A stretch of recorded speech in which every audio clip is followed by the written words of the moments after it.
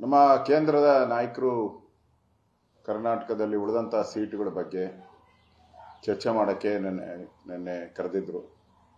ಸುಮಾರು ರಾತ್ರಿ 12 ಗಂಟೆವರೆಗೂ ಚರ್ಚೆ ಆಗಿದೆ. ಉಳಿದಂಥ ಸೀಟುಗಳು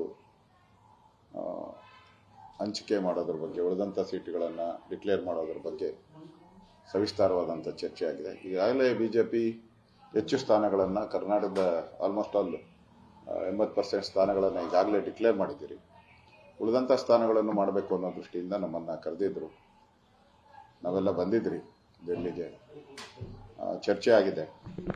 ನನಗನ್ಸುತ್ತೆ ಒಂದೆರಡು ದಿನಗಳಲ್ಲಿ ಉಳಿದಂಥ ಅಭ್ಯರ್ಥಿಗಳನ್ನು ಕೂಡ ಘೋಷಣೆ ಮಾಡುವಂಥ ಒಂದು ವ್ಯವಸ್ಥೆ ಆಗಿದೆ.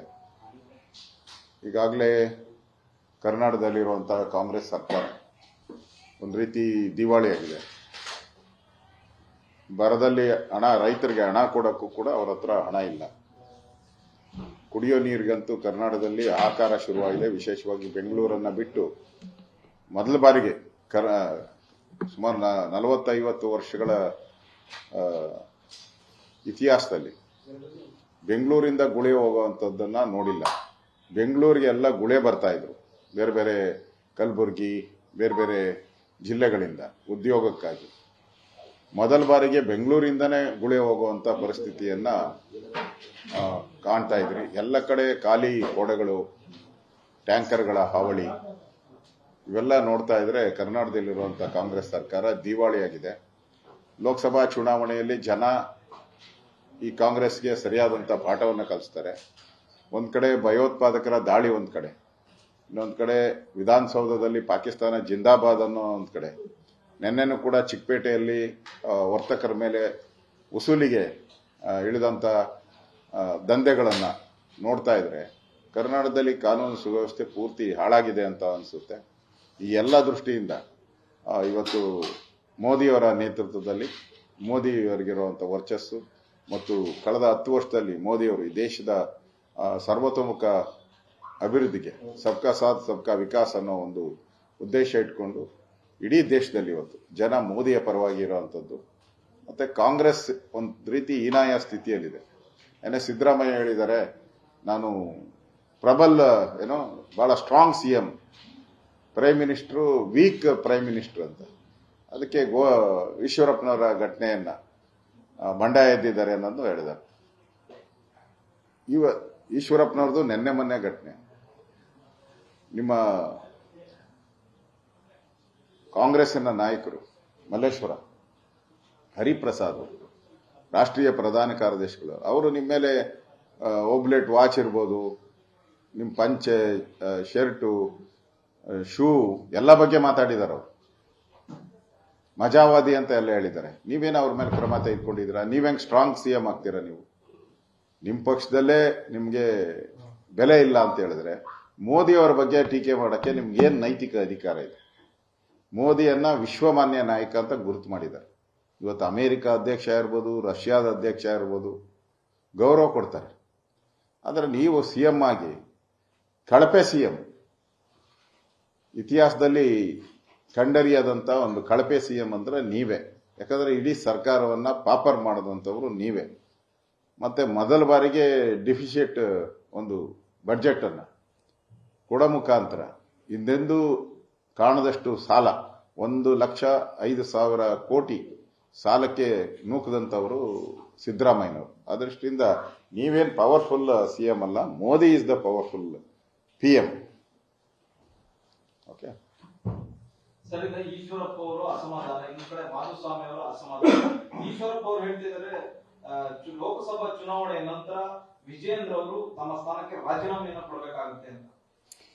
ನಾನು ಮಾಧುಸ್ವಾಮಿಯವರನ್ನ ಭೇಟಿ ಮಾಡಿ ಸುಮಾರು 3 ಗಂಟೆಗಳ ಕಾಲ ಚರ್ಚೆ ಮಾಡಿದ್ದೀರಿ. ನಾನು ನಮ್ಮ ಮುಖಂಡರೆಲ್ಲ ಹೋಗಿ ಚರ್ಚೆ ಮಾಡಿದ್ದೀರಿ, ಅವ್ರ ಜೊತೆ ಮಾತಾಡಿದ್ದೀರಿ. ಅವರು ಟೈಮ್ ತಗೊಂಡಿದ್ದಾರೆ. ನೋಡೋಣ, ಅವರು ಯಡಿಯೂರಪ್ಪನವ್ರ ಜೊತೆ ಒಂದ್ಸರಿ ಮಾತಾಡಿದ್ರೆ ಅವ್ರದ್ದು ಸರಿ ಹೋಗ್ಬೋದು ಅನಿಸ್ತತೆ. ಇದು ಈಶ್ವರಪ್ಪನವ್ರದ್ದು ಏನು ಮಾತುಕತೆ ಆಗಿದೆ, ಅದು 4 ಗೋಡೆ ಮಧ್ಯೆ ಆಗಿರೋದು, ಯಡಿಯೂರಪ್ಪನವರು ಮತ್ತು ಈಶ್ವರಪ್ಪನವ್ರ ಮಧ್ಯೆ ಆಗಿರುವಂಥ ಮಾತುಕತೆ. ಅದು ನಮಗೇನು ಗೊತ್ತಿಲ್ಲ, ಅದ್ರ ಬಗ್ಗೆ ಏನು ನಮ್ಗೆ ಗೊತ್ತಿಲ್ಲ. ಸೊ ಅವರಿಬ್ಬರು ಅದನ್ನು ಕುಳಿತುಕೊಂಡು ತೀರ್ಮಾನ ಮಾಡಿ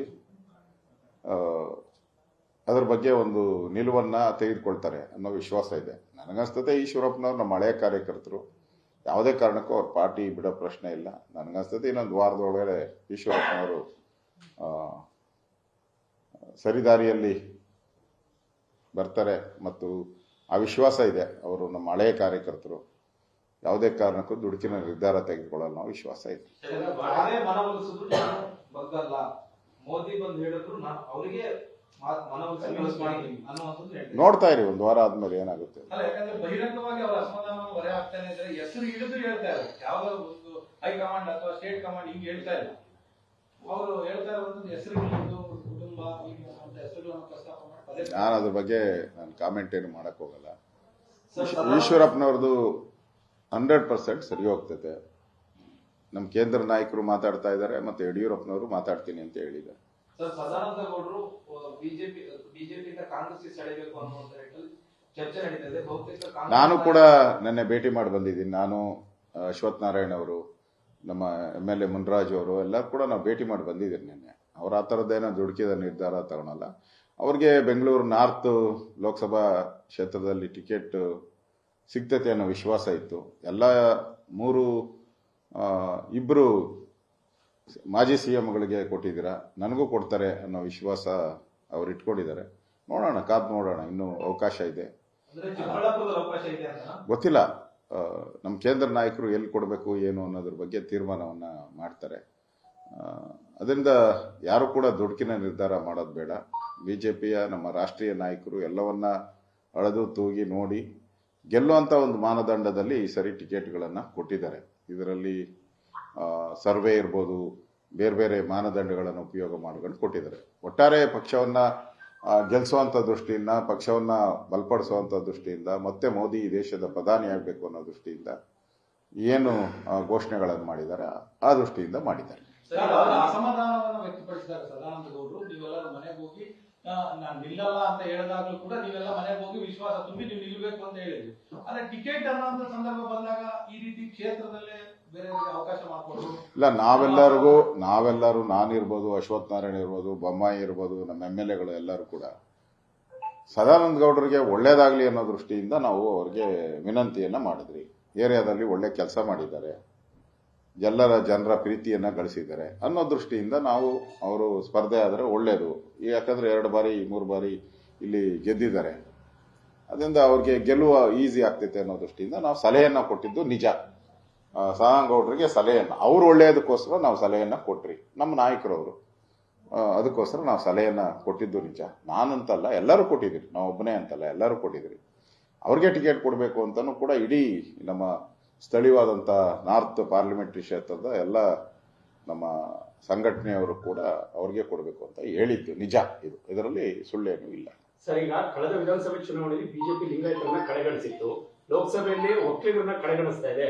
ಬಹುತೇಕ ಒಕ್ಕಲಿಗ ಮುಖಂಡರುಗಳಿಗೆ ಟಿಕೆಟ್ ಅನ್ನ ಕೊಡ್ತಾ ಇಲ್ಲ, ಕಟ್ ಮಾಡಿದೆ ಅನ್ನೋದ್ರ ಬಗ್ಗೆ ಚರ್ಚೆ ಇದೆ. ನೋಡಿ, ಈಗಾಗಲೇ ಟಿಕೆಟ್ಗಳನ್ನು ಎಲ್ಲೆಲ್ಲಿ ಗೆಲ್ಲೋದ ಮಾನದಂಡದಲ್ಲಿ ಕೊಟ್ಟಿದ್ದಾರೆ. ಒಕ್ಕಲಿಗರಿಗೂ ಟಿಕೆಟ್ ಕೊಟ್ಟಿದ್ದಾರೆ. ಮತ್ತು JDS ಜೊತೆನೂ ಕೂಡ ನಮ್ಮ ಅಲಯನ್ಸು ಕೂಡ JDS ಜೊತೆ ಆಗಿರೋದ್ರಿಂದ ಈ ಸರಿ ಒಕ್ಕಲಿಗ ಸಮುದಾಯದವರು ಹೆಚ್ಚಿನ ಒಂದು ಮತಗಳು ಈ ಸರಿ ಬಿಜೆಪಿಗೆ ಬಂದೇ ಬರ್ತೈತೆ. ಆ ದೃಷ್ಟಿಯಿಂದ ಏನೇನು ಬೇಕೋ ಆ ಕೆಲಸಗಳನ್ನು ನಾವು ಮಾಡ್ತಾ ಇದ್ದೀರಿ.